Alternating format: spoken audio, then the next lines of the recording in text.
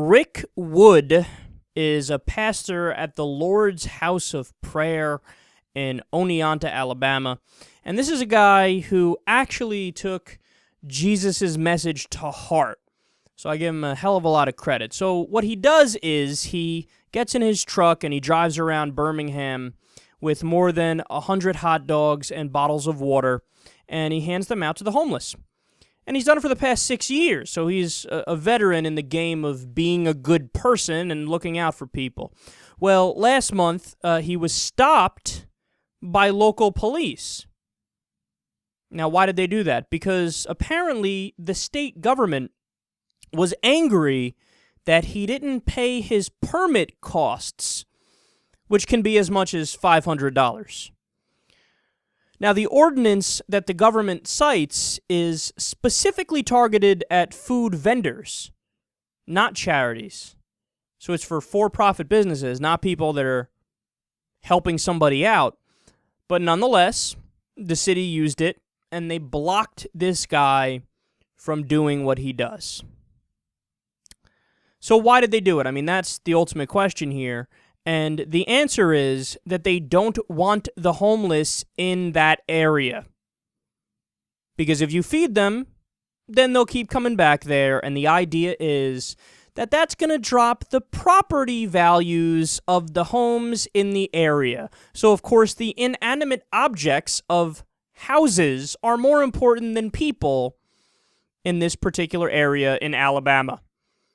How wonderful is that? Now, what I find massively ironic is, of course, that whether we're talking about this story coming out of Alabama or other stories that came out of North Carolina and South Carolina, or even other stories coming out of other predominantly red states, this is a typical thing nowadays. You know, we've done stories of churches that do these big-time get-togethers every Sunday or every other Sunday, and they just feed the homeless for all day, basically. You know, they get hot food, it's like a get-together, basically. And they're trying to shut these down all over the place for the same reason. But what's amazing is that it's always the case that the state government's trying to shut it down. They are conservative Republicans, and they like to call themselves Christians. These are Christian people in government saying, no, you shall not feed the homeless. We're going to shut that down because we don't want the property values of the rich people to take a hit. Yeah, just like Jesus would do. So it really is a sick thing, man. What you see here is a good breakdown.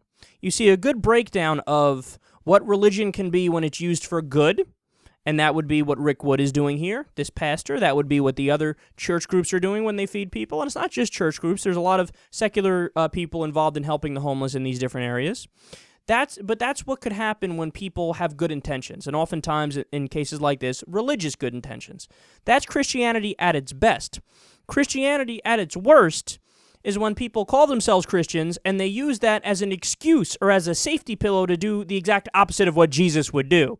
See, the way it works, it's this counterintuitive thing where if somebody calls themselves a Christian, that means that they define themselves from the beginning as a good person by definition. So take somebody like Dick Cheney or George Bush. They're Christians, and they ordered the Iraq War, which led to the deaths of hundreds of thousands of innocent civilians in Iraq, not to mention thousands of our own soldiers dying, not to mention the war in Afghanistan that they started. I mean, the list goes on and on. The torture that they did, and this is how Christians act. But the idea is, well, I already called myself a Christian, so I'm part of the group, okay? So I know that what I'm doing is good and right from the get-go because I am a Christian. So whatever I do is justified because the ends justify the means.